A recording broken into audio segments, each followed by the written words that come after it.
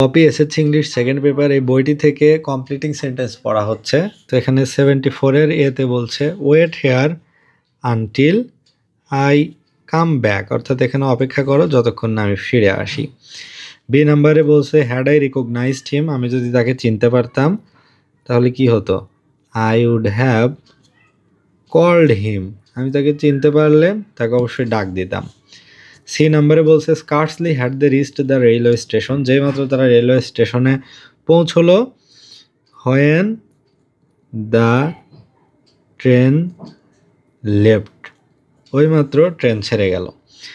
D নাম্বারে বলছে হি প্রিটেন্ডস as though বা অ্যাজ ইভ, সে এমন ভান করে যেন হি নিউ এভরিথিং, সে যেন সবই জানে, এরকম একটা ভান করে।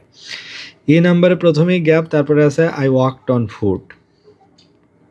এটা কি হতে পারে? যে অ্যাজ মাই